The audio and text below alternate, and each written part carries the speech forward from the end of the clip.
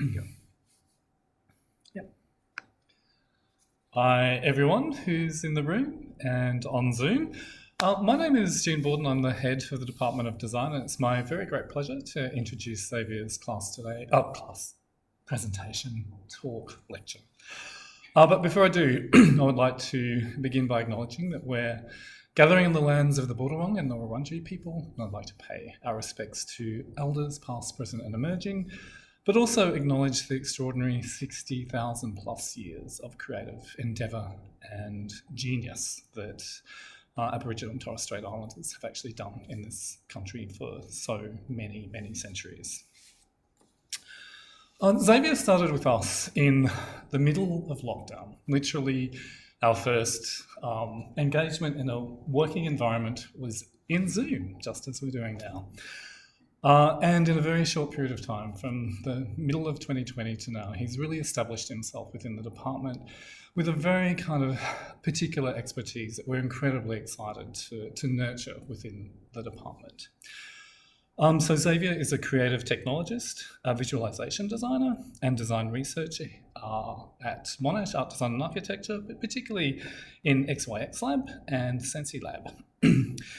His research focuses on visualizing the invisible influences that queer independent game makers are bringing into public consciousness and how they confront some of the most challenging and personal issues in their communities. This practice brings social issues to the fore through interactive visualizations on the web. Xavier is passionate about LGBTIQA+ equality, and in his free time, he practices something called bare bow archery with his boyfriend. And what's bare bow archery compared to just archery? I'll find that out later. And just a reminder too, that Pride Week starts on the 16th, and there's a whole week's worth of events that will soon be published on the Monash website. So I'm going to hand over to Xavier and see you at the end. Thanks, Jane. Let me just quickly switch my audio again so that you can hear me through my headset. Great, and I'm going to also make sure my screen is correct because I can see there's a little thing going on here. Awesome. Great, we're good to go. Just making sure I'm here. So, well, hello everyone. Actually, before I begin, can I just do another sound test online just in case? Can you hear me? Because I switched to sound good. You can hear me great. Hello everyone. I have an open social media policy, which means you can feel free to take photos, tag me, and post them online during and after the talk. You can tag me on Twitter at Xavier Ho, and also there will be time for Q&A at the end. So I look forward to having a conversation with you at the end of the presentation. So let me just making sure that this will work. Yes. I would also like to acknowledge the original, or in gamer speak, the OG custodians of the land, as it is tradition in Australia to pay our respect to the people of the Kulin Nation, their elders and emerging leaders who continue to guide us wherever we go. During the pandemic, I managed to get cinema tickets in between lockdowns. I'm the kind of person who likes to turn up half an hour before the movie so I can kick back and enjoy the show. The theater started playing ads, and I remember why my partner doesn't like to turn up early, because you get ads. Terrible consumerism. But one of the ads struck me as I saw a young Asian dad with his family going about on a typical Aussie family trip and generally having a good time. I remember turning to my right and saying to my friend, "Hey, are you seeing this? This is an ad with an all Asian cast." My friend, who was sitting to my right, who was also very white, replied, "Ah, I didn't notice." Thinking back, I can't remember which company did the ad. All I can remember was the giant grin on my face. My first thought was, wow, an Australian ad with an all Asian cast without having to explain that they're all Asian. I was elated. Then the second thought was, my friend didn't even register that they were Asian. My inner critic started to wonder if this typical Asian family was stereotypical. Well, technically the cinema made it surround some typical. I started to think if this portrayal was subconscious in the sense that my friend just accepted it, was it an authentic portrait of how people see Asians? Or in a sense, how people see me? Oh, did I miss a Oh, sorry, hold on a moment. I look like I'm missing a slide. We'll see what happens. Uh, hmm. In this talk, I will foreground the invisible media, invisible effect of media representation. We don't normally think about it, but who we see on the screens influences our perceptions, and in a sense, our knowledge and opinions. The games industry have surpassed film and music and most other entertainment industries in revenue in the last decade. Here, I'm using a revenue as a poor man's approximation to market reach, as in just how much influence video games have on popular culture. It's one of the most influential media that are being made and consumed today. I decided to focus on games research in this project because of its influence and because the media's own potential to tell stories through interactivity. First, I will establish the trouble with identities and labels and define queer games for this talk, so you and I are on the same page. Second, I will give a brief overview of my research project on queer indie games using an analysis of 61 queer games so far. And third, I will discuss how game design can do so much better to provide authentic representation of queer experiences and narratives, and touch on the limitations and future work on this project. So let's start with the trouble with identities and labels. If you pause for a moment to think, when was the first time you saw two people kiss? What about two people of different genders, or two people of the same gender? We have come pretty far in representing same-sex relationships in the 4 decades of console gaming history.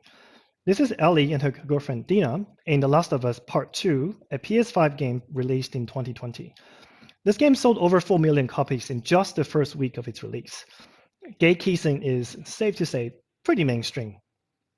Kissing someone in public, or at least in this case, in a public launch game trailer, draws a lot of attention. Naughty Dog, the game company, went through many design iterations and consulting with queer communities to make Ellie feel as authentic and true to life as possible, as a complex human being living in a fungal zombie-infested world. These moments of serenity, flirting, holding hands, and kissing, allow the game to express their sexuality in between a very violent overarching narrative. Attention and visibility are ingredients, of course, for a paradigm shift in society, but not everyone wants that attention. For instance, Kian Avenay from Dreamful Chapters, an orphan-turned soldier, then assassin, a young leader admired by his peers. In the game, Kian appears as a devoted follower of his own religion, set in a fantasy world. Although we never see Kian's romantic interest, perhaps the way of assassins is a very lonely one, Kian is not interested in women for potential dating partners. He shares his sexual orientation only with two players who he deems worthy of knowing. He considers his dating life a private matter and would rather have that side of him to be invisible. Yet gender and sexuality is not always visible in spite of the character's own wishes. For example, we might think of a guy and a girl going out on a heterosexual couple, but off chance one of them might be bi or pan. You never know unless they confide in you. This knowledge may be reserved for close friends only. The trouble with identity starts with people's perception at a distance. Perception of identities are asymmetric. What you see on the skin outside is only a small part of who the person is inside. Some identities have very loud expressions, like being masculine with a deep voice. Some identities have only internal expressions, such as being asexual or aromantic. At a distance, there is not a lot to go on, since we can see very little of surface-level expression of another person. So we communicate via language, and language gives us labels. Labels give gender and sexual orientations, even the more invisible ones, some sort of a conscious visibility. Labels are practical for three things: self-identification, sharing knowledge, and signaling safe spaces in a community. Labels serve as bridges where we can build connections on common grounds. Yet, just like the trouble with perceptions of identities, labels are like colored filters on glass windows. The window is what you can see from the outside, and the color gives you a hint of what you might see, and also colors your entire perception about that person through that window. As such, there are people in the LGBTQ communities who dislike being labeled. Labels are useful, but they're not for everyone's first introduction. If people only know you through labels, without really taking the time to know you, labels become shallow like a muddy creek that you can't you can get in but can't do much in with. The trouble with labels is that we overgeneralize. You might say, be gay to crimes, but every gay person is different and may have different partners or partners in crime. To quote the comedian Hannah Gatsby in her Netflix show, The Net, Gatsby unpacked her feelings about identities and labels. Quote, I don't identify as transgender, but I'm clearly gender not normal. I don't even think lesbian is the right identity for me. I really don't. I might as well come out now. I identify as tired. I'm just tired. End quote. She's talking about being exhausted by labels. There are just not enough labels for everyone, so we might as well invent our own or give up on conforming at all. Why do we even bother trying to express ourselves in a society that is hostile?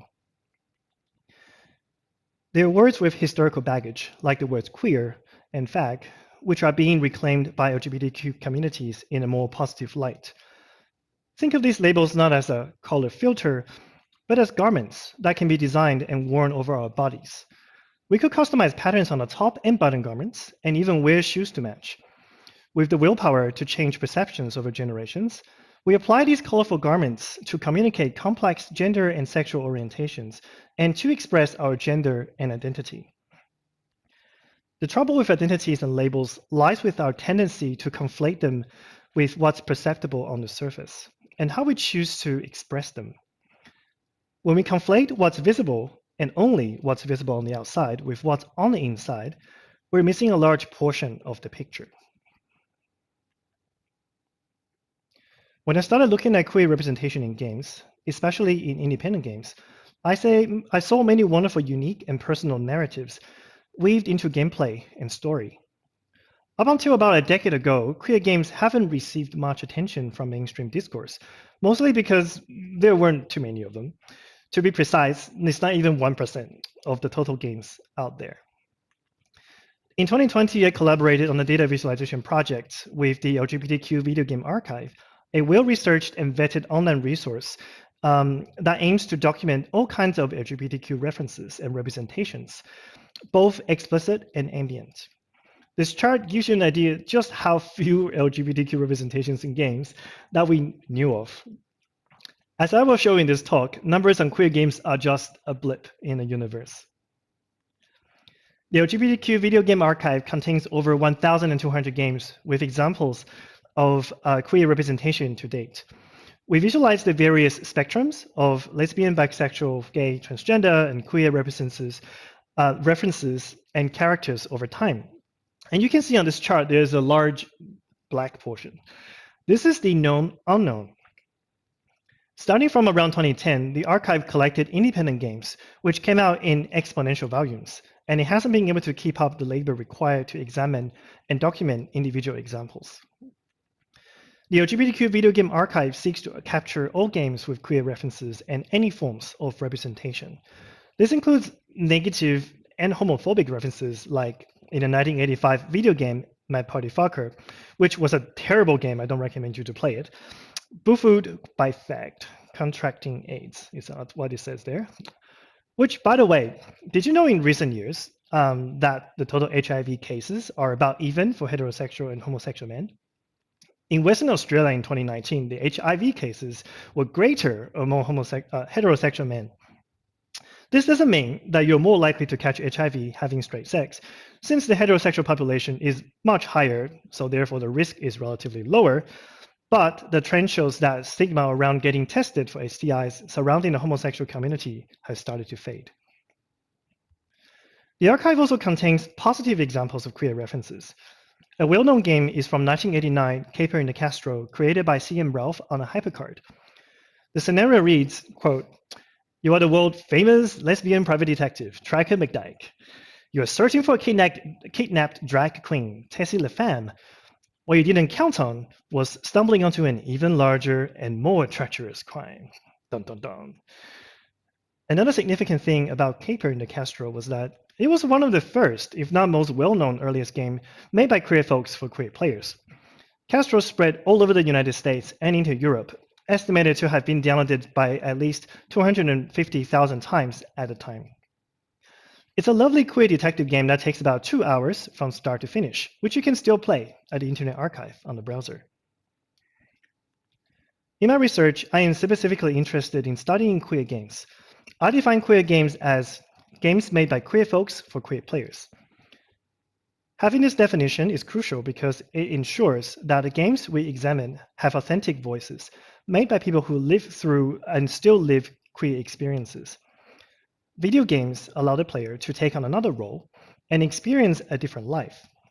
Queer games are like safe spaces for players to explore different gender and sexual expressions. Since Castro, we now have thousands of queer games available online, and my research goal in the long term is about understanding their impact on the players. So to summarize what we talked about so far, one, we don't normally think about the invisible effect of media representation, at least not in everyday conversation. And two, the trouble of gender and sexuality identities and labels is that most of it is also invisible. And three, queer games are games made by queer folks for queer players, and they give us a view of how queer folks tell their stories through games and interactivity. And by the way, if you haven't played any game, you're trying to figure out what game to play, because I always get a question, so what's your favorite LGBTQ game? Well, I just played this one in the end of the lockdown, and it's called Beastbreaker. It's fantastic, super family friendly.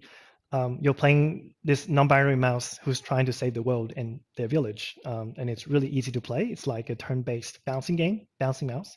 So if you want to check it out, that's the one I would recommend. Okay. Okay. In the summer of 2021, I worked with two students, scholars, Remedios and Natalie, to start looking at queer indie games and documenting their game narratives. We chose to look at itch.io, a platform for independent creators with a focus on independent games, because itch has an overwhelming amount of queer games in events, including bundles like tabletop RPGs for Transreich in Texas, which raised over $400,000 in US dollars towards supporting transgender folks. Itch is also the home of the Melbourne Queer Games Festival, whose aim is, quote, to inform, entertain, and challenge LGBTQIQ players by reflecting their lives in games, end quote. On the Itch platform, there are over 2,500 games tagged LGBT by the creators. By contrast, Steam, the most popular mainstream games platform, only lists 89 games as LGBTQ+. Over 3 months, we documented 61 queer indie games published between 2013 and 2022. We submitted some of them back to the LGBTQ video game archive. We documented the types of queer content such as character names, gender and sexuality, as well as their personal stories, inner struggles, and if they featured alone or in pairs. Our selection criteria required each game to have sufficient player commentary, for example, playthroughs or let's play videos, and detailed comments on the store page or elsewhere on the internet.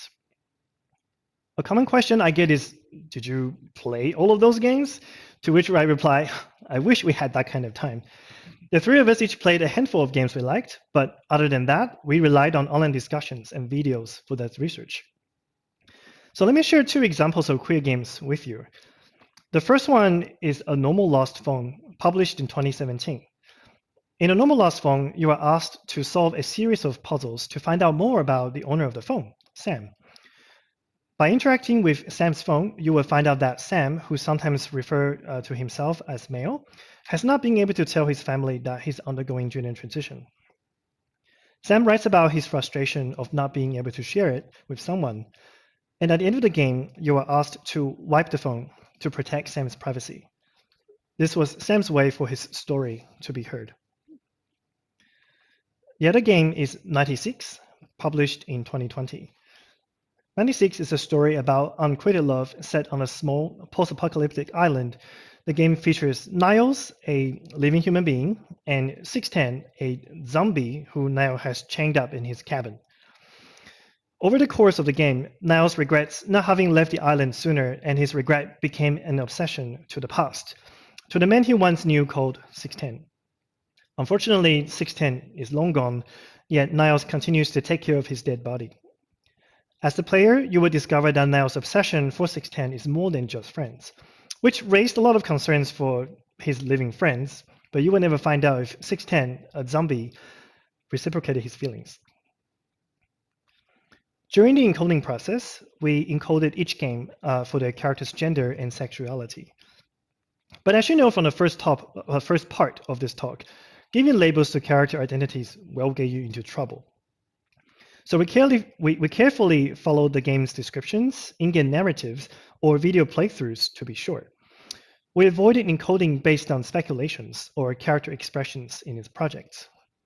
Fortunately, many LGBTQ game list the gender and sexualities of their main characters on the store page, so we had confidence going into the rest of the encoding.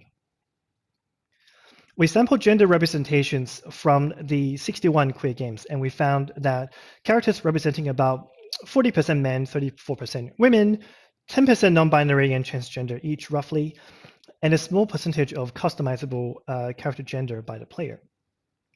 Although our sample size is very small, the proportions of gender representation seems to mimic the global game developer survey done by the International Game Developer Association.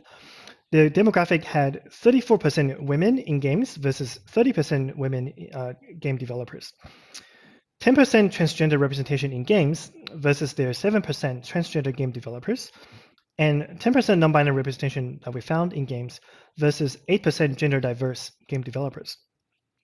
While this statistic may reflect the population of game developers who will reflect themselves in these games, we can only speculate for effect and could not conclude with a small sample size. So next, we also sampled for sexual orientations and wondered if they reflected the same way. Well, spoilers, they do not. We counted 50% gay characters, 34% lesbians, 7% bisexual or pansexual representations, and less than 4% that represents asexuality. In the Global Game Developers Survey, we normalized the data based on non-heterosexual reports to be comparable. And they only had about 19% of developers reporting to be gay or lesbian out of the LGBTQ sample, and not 50 or 34%. As I mentioned before, bisexuality and asexuality are often invisible and more difficult to represent without them being explicit. We also found most game characters to be young adults and single, which may explain why the overall representation is skewed towards a particular demographic. The next one I want to share with you is the number of queer characters featured in relationships altogether. To my knowledge, this has never been reported in any games research, and I would love to see more of it. We define queer pairings as two or more characters featured as de facto couples, romantic pairs, or have clear coupling endings in the game. This sample excludes, quote, romantic options available only to players, as these characters are featured as single, technically, and open to relationships. We found 3 instances of cis-male couples, 6 instances of cis-female couples, 1 instance of a couple both non-binary, and in 4 instances where there is at least 1 transgender character. We also found 1 instance where 3 characters got together as one of the possible 4 endings in the game My Sweet Zombie, published in 2022, making the only polyamorous example in our sample of 61 games. In addition, we scraped the entire itch.io platform for the list of about 2,500 games, their metadata, and over 16,000 comments left by the players. We turned a small portion of the comments into a rainbow exhibition during the Melbourne Design Week in March this year. Visitors are invited to the Victorian Prize Centre in St Kilda and interact with the piece by reading what people have said about these games. Most comments were very enjoyable and wholesome to read. People posting to tell the game characters how much they appreciated the game. We also designed packs of double-sided cards that visitors can take home to browse some of the queer games personally recommended by the 3 of us. We invited the visitors to leave the message on the table. The exhibition had a turnout of over 40 people on the first day, which we were delighted to see. I had a lady who thanked me for doing the work with the most intense look on her eyes, and an elderly teacher who was very excited about using some of these games as a resource to talk about LGBTQ topics in her primary school. We ran an exhibition here again in Building G at our Monash Caulfield campus in early April. If you'd like to see the exhibition in person, we'll have it up again during Pride Week on the 16th to the 20th of May here at Caulfield. In the next and final part of this talk, I want to talk about how game design can do so much better. I have talked about why only using labels to represent gender identities and sexual orientations will get us into trouble, and showed 2 case studies to examine their game narratives beyond labels as a way to get us out of trouble. So what does it mean to be queer in the game, and how does that affect the gameplay? Is it just a checkbox, a romantic option, or can it be much more than that? How can we design queer experiences that invite a new queer possibilities of playing the game? To borrow the words of Bo Ruberg, a queer game scholar, queer games are the avant-garde of video games. Queer games are at the frontier, exploring how to represent queer characters while interacting with their identities much deeper within the game narratives and mechanics. In her earlier work, Ruberg interviewed over a dozen prominent queer game creators in order to show how game design can learn from queer games on tackling the issue of LGBTQ inclusion and represent LGBTQ folks authentically. So how might we, as game designers and designers more broadly, represent LGBTQ folks with authenticity? First, we as designers need to approach representation, and I really like this phrase from Roger Smith and Adrian Decker, quote, wholly, honestly, and responsibly, unquote. Authentic queer representation must go beyond surface-level labels and have their stories heard. Otherwise, we risk creating a tokenized experience for the audience. Second, we as designers need to bring in queer folks to co-create their experience, especially if we're missing a particular intersectional piece that no one on the team has first-hand experience with. Otherwise, we may risk misrepresenting the characters for the audience who might not be familiar. And third, we as designers need to consider queer gaming and queer possibilities in gameplay as a generative device. One of the main qualifiers in the literature on queer gaming, turning to Edmund Chan and Todd Hopper, is for the use of gender and sexual orientations to be procedurally relevant, to appeal to a broad audience, and to be purposeful. As designers, we should all recognize that experiences are subjective and individual, and the things we design, including games, have the potential to be queerly played. We should strive for opening up possibilities and not closing them, which leads to my last point. Fourth and finally, we as designers should center queer characters and narratives, not to shy away from them, and especially not in experiences that are meant to have queer elements at play. If you played any major role-playing games in the last decade, you will be familiar with the many series of optional side quests that you as the player need to unlock in order to experience them. If you've never experienced these queer side stories, are these games really queer? I argue that the games which feature queer narratives only in side stories are also reinforcing the hegemonic heteronormative narrative like the world we live in. Queer games are more than side quests. Being queer and taking on a queer identity in today's society, to borrow a quote from the feminist killjoy Sarah Ahmed, is to be, quote, deviations from the straight line, unquote. To truly represent queer narratives and experiences with authenticity, I argue requires a daring step onto those deviations and following through to see what happens. So in closing, I would like to first acknowledge a few important people that directly contributed to the work. Thank you, Remedios Perez Escobar and Natalie Tran, for being my research assistants over the summer and co-designed the exhibition together. I'd like to thank Adrian Shaw, who founded the LGBTQ Video Game Archive, who has largely been supportive of this project and shared her data with us, which made this work possible. I also thank my collaborator on a few related projects now, Cody Meir, whose previous work on queer intersections with me appeared in the earlier part of this talk. I'd like to thank Monash Design for supporting this research and including it as part of the Melbourne Design Week and the forthcoming Pride Week in 2022. I would also like to acknowledge some of the limitations of this work. Studying games on itch.io granted us the benefit of looking at independent games rather than mainstream games for authentic queer experiences. However, itch.io is still primarily attracting a mostly English-speaking audience, and as such, we examined mostly games made in English. We hope queer games will become more diverse in languages in the future on the platform. Our sample of 61 games in analysis is but a very small sample out of 2,500 games, which was largely limited by resource and time. However, the sampling work in this research is a very time-consuming process that requires careful documentation to be undertaken. Future stages of this research project will involve a continuation of queer game studies with a more multidisciplinary approach. One aspect we were not able to address is the trends over time because each IO does not consistently publish release dates of these games. Future work might be able to reconstruct an approximation of the timeline by looking at when the game had its first post, play comment, or through an online archival resource, such as the Wayback Machine.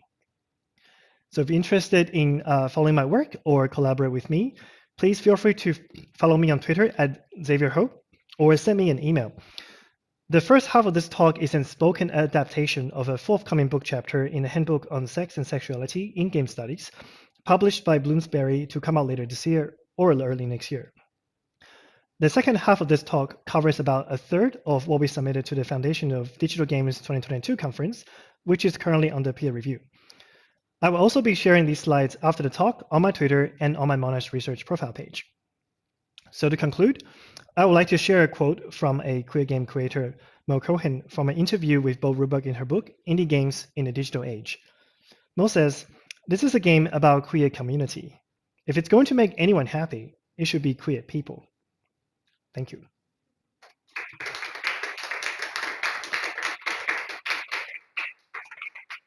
Thank you. I can also see claps on the screen. So I guess we can open for Q&A. I will change my speaker so that you can all hear the room.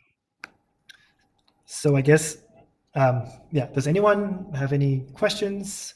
I'm open to comments as well. And if you're on Zoom, feel free to speak out. I will work out how to put you on the big speakers.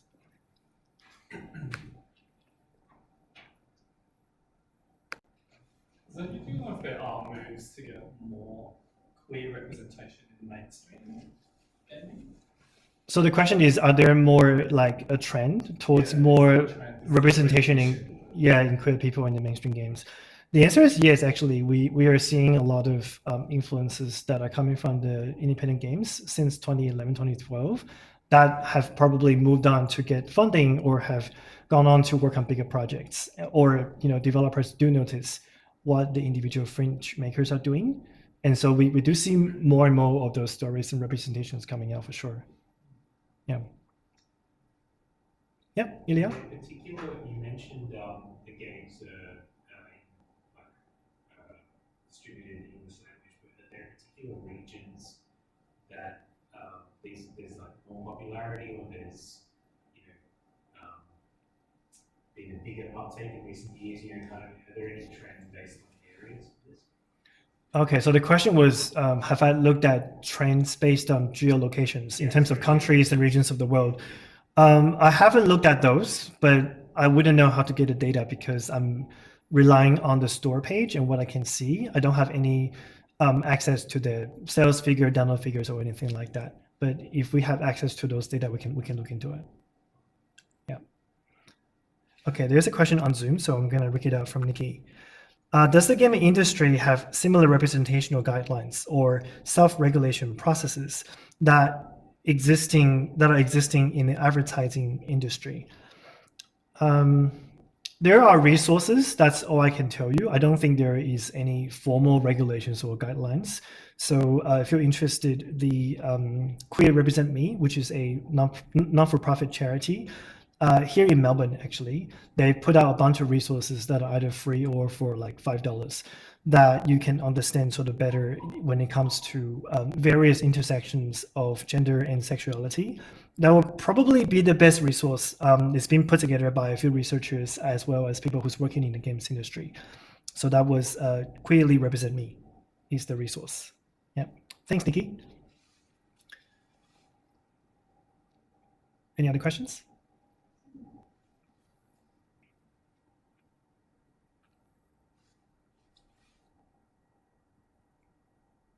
Okay, that's cool. So you're always welcome to reach out to me. I'm very contactable on Twitter or just email me. I'm always happy to hear about any collaborations or ideas. And I think we'll just, oh, sorry, before I go on, there is a question. Just happened. Okay, so Now there's two questions. I'm gonna scroll back on the chat. So Michelle, I hope that's how you say your name. Ask, how would mainstream games be able to come close to the diversity represented in queer indie games? That's a really good question. You know, how would mainstream games be able to come close? There's two gaps that I think are quite hard to fill. One is what they considered as the consumer appetite, right? So what kind of games do people want to see in the market according to market research? And as you would know, the market research always lags behind in what some people would like to see, really, in video games. And so the effort to convince, I suppose, the senior leadership and the people who are making games in mainstream games will take a while because it's going to lag behind, especially because they have to make a lot of money in the sense that they have a operation budget of millions and they need the revenues to also be in the millions. So they're playing safe in many aspects. But that will just probably slowly catch up, I would say, even if it's lagging behind by a few decades. The other gap that I wrote about in the paper, but I didn't present in this talk, is that the IGDA developer survey, the International Games Developer Survey, they ask about demographics, right? So I talked about briefly the makeup in gender and sexual orientation. If you look at the reports, about 1/3 or 31% is what it said. In a 2021 survey, I said that developers are not identifying as straight or cisgender. And what I didn't talk about is that if you look at the games that are made out there, there's like not even close to 31%. So really in mainstream games, they're not reflecting sort of the makeup of people making the games, which is quite high compared to societal norms, but it would still be nice to see more than 1% would be nice, right? So those are the two gaps that I'm seeing. And in terms of how mainstream games would be able to come close, I think they just have to really address and track those metrics and understand the effort that's required for people to feel more comfortable, I suppose, when it comes to running, balancing business and creativity.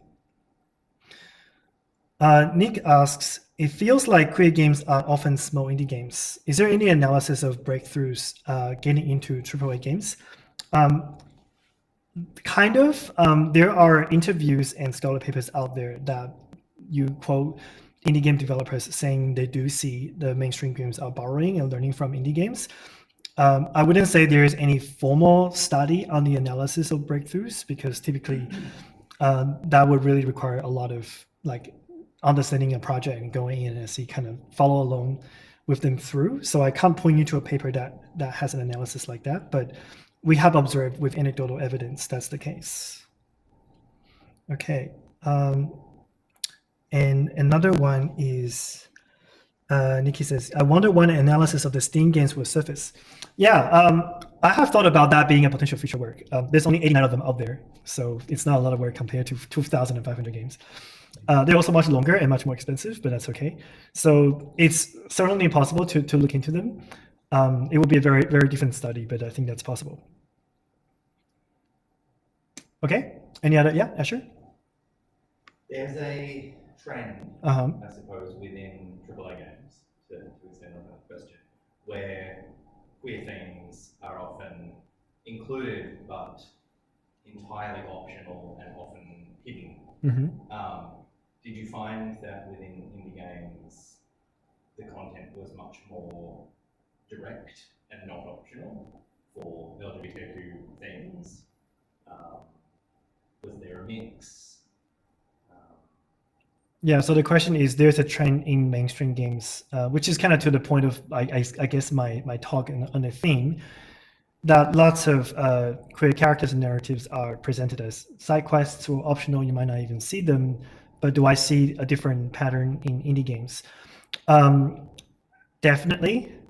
In indie games, especially for games when you look at LGBT games that are made specifically on that theme, the creators do want to reflect their personal stories in them. And if you were to take out these characters or struggles, the game just wouldn't be a game. There would be nothing left, basically. The storylines, the mechanics, the things that happen in these games all relate to these character struggles. And whereas you see still in lots of mainstream games, there's no consequence for a character to explore particular kinds of sexuality. For example, in Skyrim is a good example that you can marry men or women, whatever, in NPCs in the world. But other than that, everybody else in the world is straight, and they all use the same dialogue, regardless of you marry a man or a woman in this game. So the game doesn't even recognize that there is a difference in a same-sex relationship. And so, yeah, there's a lot of work that still needs to be done in terms of what we can do better. And I think what mainstream sort of I would like to see in mainstream games is really to think about the queer possibilities. Like if a character had this kind of struggle and that led to them making certain decisions, how does that impact the gameplay or story, right? That would be pretty interesting. Yeah, thank you. Okay, any final last questions? Thank you, Desiree. Okay, thank you very much. I will upload a recording on my Twitter later, so feel free to email me if you would like a recording, and I'll see you later. Thank you for coming today. Thanks, Amy.